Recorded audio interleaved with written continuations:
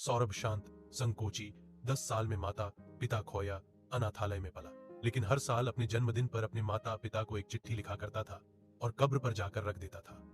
धीरे से कहता, माँ पापा बहुत याद आते हो। जब वह 18 साल का हुआ तो उसके बिस्तर पर एक चिट्ठी रखी मिली। वही उसकी माँ की लिखावट में थी।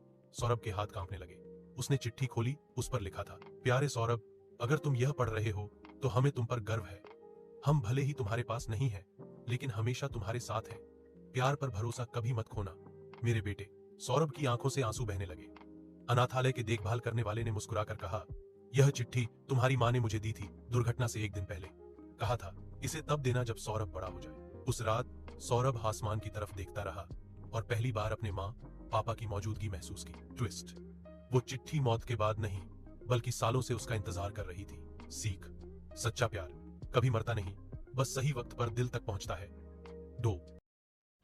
हर दिन अर्जुन स्कूल से लौटता तो गेट पर शेरू उसका इंतजार करता था। बारिश हो या धूप, शेरू हमेशा वहीं होता पूंछ हिलाते हुए। एक रात गांव में चोर घुस आए। सब सो रहे थे, लेकिन शेरू जाग रहा था। उसने जोर से भौंककर चोरों को रोकने की कोशिश की। आवाज सुनकर अर्जुन बाहर भागा और देखा शेरू जमीन पर पड़ा था।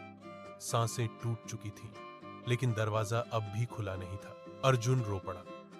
उसने धीरे से कहा, तू गया नहीं शेरू, तू तो मेरे दिल में है। कई हफ्तों बाद एक रात अर्जुन ने वही भौंक सुनी, हल्की मगर जानी पहचानी।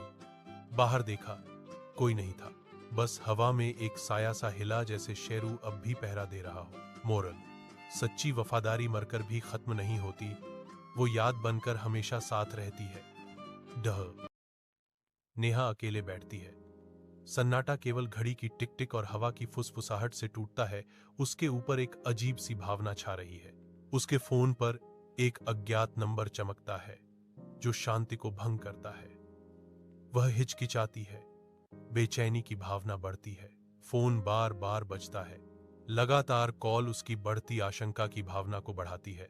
फोन बजता है, नेहा जवाब देती है। एक लड़की की आवाज, बिल्कुल वैसी ही, फुसफुसाती है, नेहा दरवाजा मत खोलो। नेहा को डर लगता है क्योंकि डोरबेल बजती है। वह हिचकिचाती है, उसकी नाड़ी दौड़ती है। इससे पहले कि वह झांकी से झांके, गलियारा खाली है। नेहा पर बेचैनी की एक ठंडी लहर छा जाती है क्योंकि घंटी फिर से बजती है जो सन्नाटे को भेदती है। हिम्मत जुटाते हुए नेहा दरवाजा खोलती है और दरवाजे पर एक छोटी सी डायरी पाती है जिसके कवर पर एक अशुभ संदेश लिखा हुआ है। मैं नेहा हूं, मेरी मृत्यु इसी घर में 3 साल पहले हुई थी। शब्द उसे निगल जाते हैं। जैसे ही वह पढ़ती है, उसके पैरों के नीचे की जमीन गायब हो जाती है। नेहा डायरी को दूर फेंक देती है। डर उसे जकड़ लेता है, लेकिन हर रात 12 बजे डोरबेल अभी भी बजती है।